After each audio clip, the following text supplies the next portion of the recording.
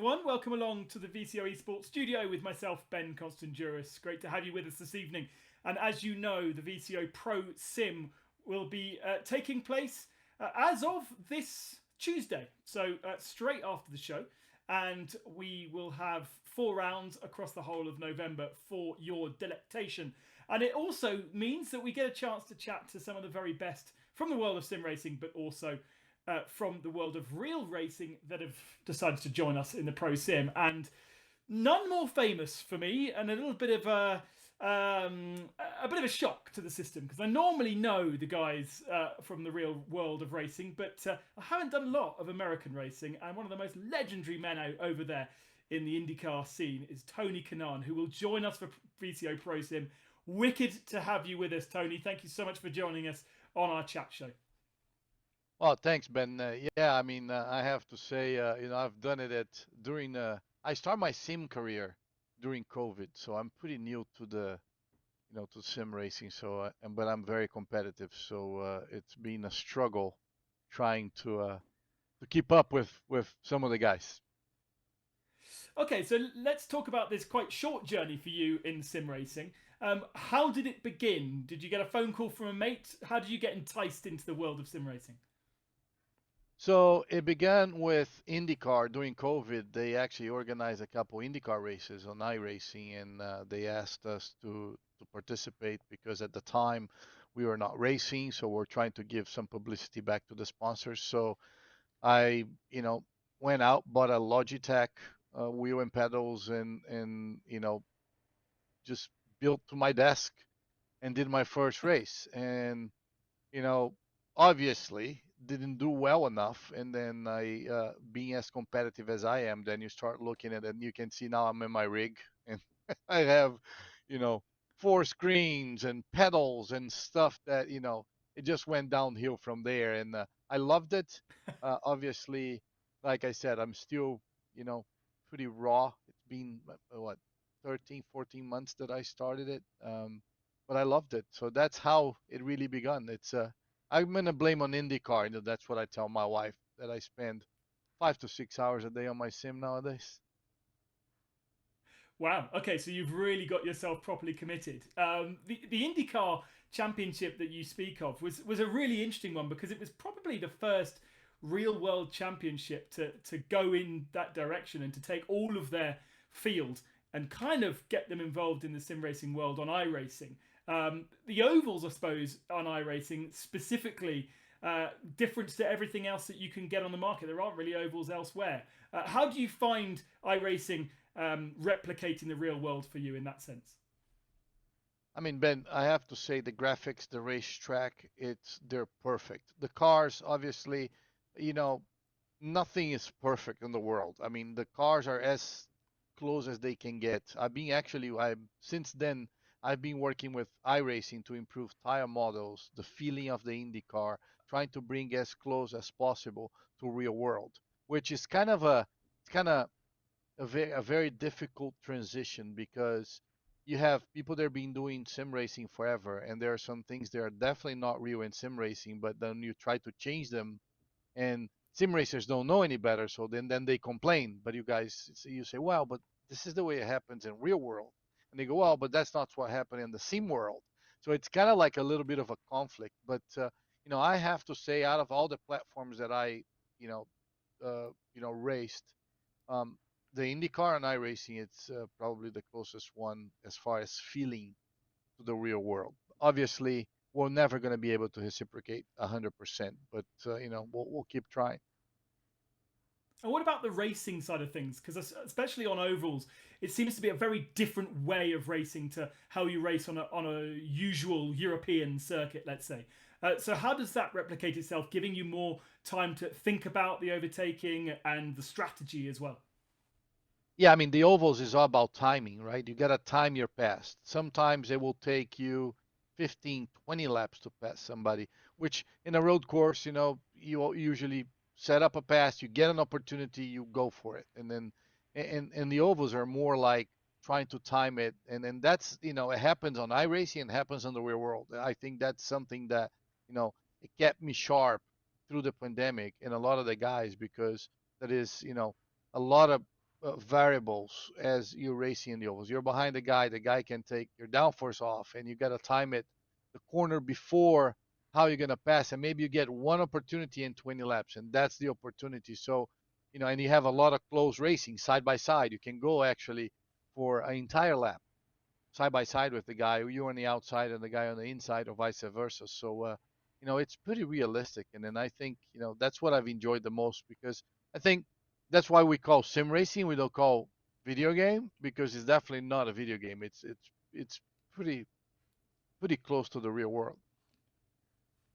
Now, I think you've thrown yourself into possibly one of the hardest challenges for a real world driver in the VCO ProSim coming up across the whole of November. Teammate with Jamie Fluke for the 4 races, but you took part in last year's championship and you saw the level that it was at. How and why are you coming back to give yourself more punishment? I love punishment, Ben, and I love to believe that I'm only going to get better in sim racing if I get beat. And then that's definitely what's going to happen. I mean, Florian had, you guys organized such a, to me, it's not because I'm being part of it for 2 years, but it's the best organized, uh, you know, close community, whatever you want to call the VCO racing. And we get all the big names. So a big name attracts a big name. And then you get big names in sim that attract big names in sim. And that's what I want. I don't want to be part of a race that it's gonna be easy to win. I have no expectations of even finishing the top 3, because I know how I place on the sim world, and also how I place with the young kids. They're real race car drivers. They've been doing this since they're like 6 years old. So, but that's the only way I found to be able to actually improve. I mean, I'm definitely going to be a second or a second and a half off. I had a great experience last year. I think I believe I'm better now. So hopefully I can at least, give some of the guys, a little bit of a hard time. But I love the way you guys organize the races. I think it's awesome for the sim community. I think, this is, during COVID, when we got the sim world involved with the real world, I think we all grown. We grown as, you know, pro guys, thinking how many good talents we have that maybe never got a chance to drive a race car. And then we were able to promote some of the kids that wanted to become race car drivers and, never had the chance. And they're comparing themselves with you. They can use that, saying, you know what? I just, who I beat this time. I beat Tony Kanaan. I beat Roman Grosjean, or stuff like that. And look what happened, right? Grosjean has a team. I have my own team now, with some a young sim racers from Brazil. So that's why I'm part of it, to be punished. To be punished. Now, this year, unlike last year, you get a chance to choose your teammate. So, why have you chosen to be with Jamie, and how much are you guys working together, getting the car to the point where you're comfortable and he's comfortable? Well, I mean, Jamie, obviously, it's a big name in sim racing.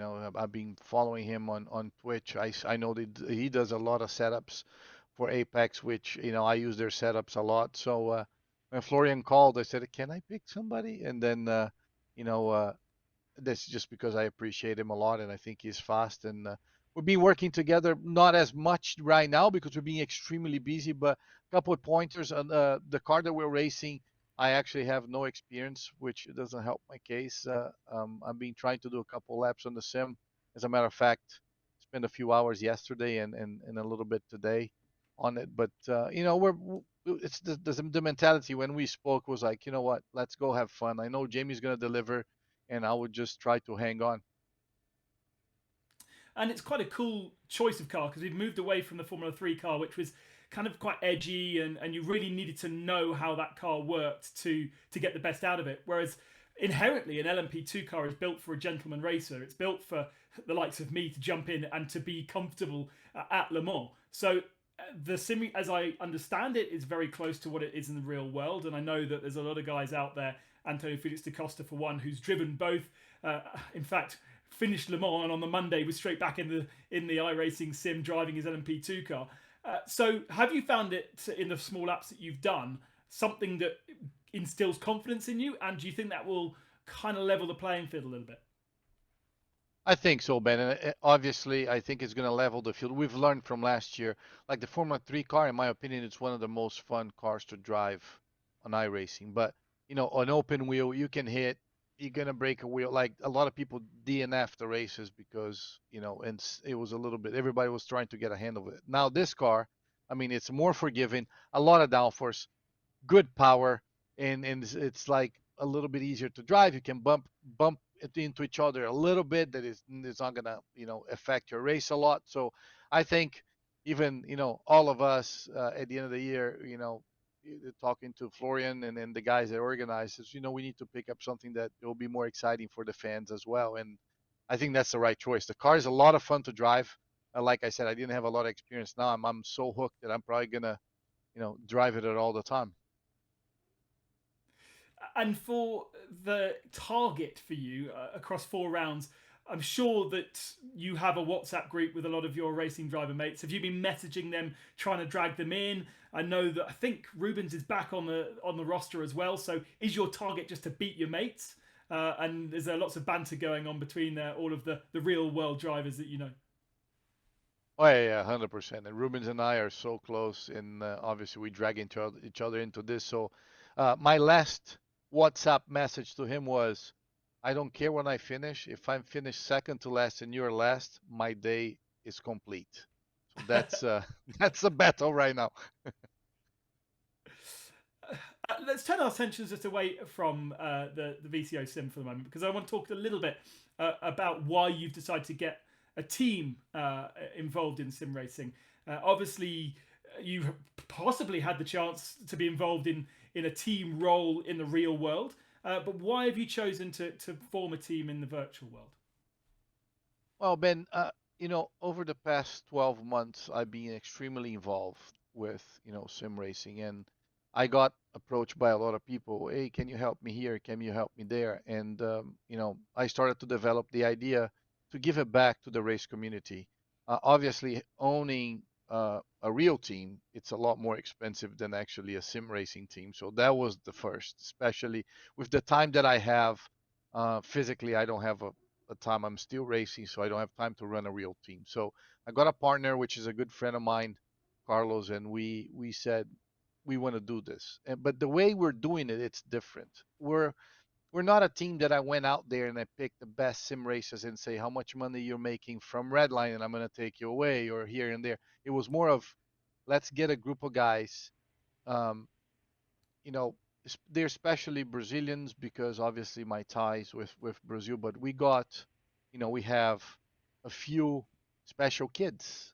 They're racing with us. We have kids that we heard the story that their mother said, you know, he's autist, and then that's what sim racing is been helping him a lot. We have a couple kids like that. I have a guy that is actually only drives with one arm. He doesn't have one hand, so he basically upshifts with the pedal shift and downshifts in a button.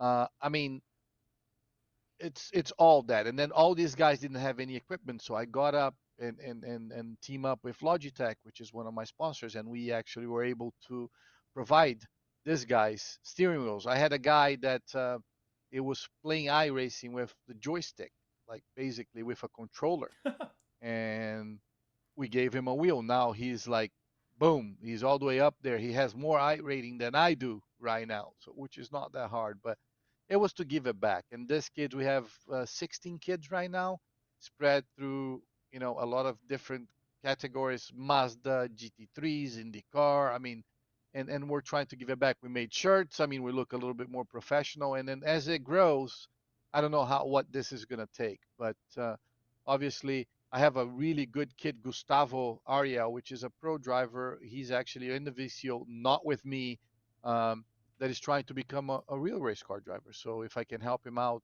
get more visibility through sim racing, and then he can actually get a good opportunity to become a real race car driver, it's awesome. So that was the idea. That is the idea. The team is fully funded by me with anybody that wants to help. Basically, like I said, I team up with Logitech. They give headsets, wheels, and all that. I try to keep improving my top guys' equipment. So basically, the way we have it in the team is the top guy got a direct drive because he's going for the the world championship. whatever equipment he had, he will give to the guy below him and the team, and so on. So we have eventually everybody in the team with some decent equipment that they can actually enjoy sim racing. That's absolutely awesome to hear. And do you think that there is a realistic possibility that the likes of your pro driver could find himself in the real world? Is this sim racing world a viable kind of path to real world motorsport and a replacement to karting, for instance? I think so, Ben. I mean, obviously, it's always better in the real world, but like karting right now, it's so expensive. I know you can go to an indoor go karting and just enjoy yourself, but to compete in a very high level, you have to get an opportunity. And I think through sim racing, what I'm seeing is if I can vouch for the guy and the guy gets a test, that's exactly what happened to me. I come from a family with no money, and I got an opportunity and to test, and I showed that I was capable of, and and and from then on, I started my racing career. So this is what I'm actually been trying to do with Gustavo. He got a couple tests lined up in Brazil, and after that is obviously up to him. But I strongly believe that a lot of I have my kids. I have three boys, and all three of them, my youngest it's 5, and I'm already teaching him a little bit.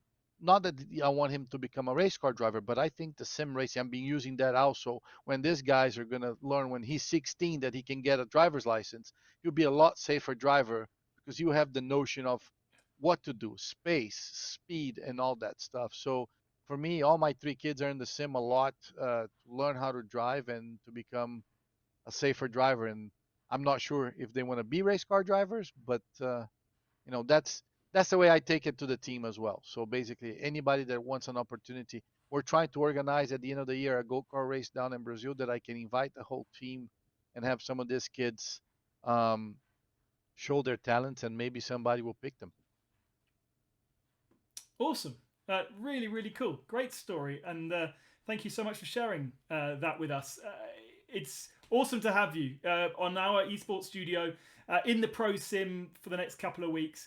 We might not necessarily see you at the front of the field. I think we both accept that that's the case. But if there's some decent battling between you and Rubens, I'm sure the cameras will be on you. For sure, Ben. No, I'm excited. Hopefully, you never know. Sim racing, anything can happen. But yeah, I'm not here trying to say, oh, I'm gonna go there and beat these guys for the pole. But hopefully, we make it exciting for you guys. We all be streaming. I know you guys can follow and many other channels, not just a VCO with you guys, but also my channel and all the other pros. So we're definitely gonna have a lot of fun, and I think that's the most important thing. We're competitive. Hopefully, I won't disappoint, and I'll beat Rubens, and that's my only goal.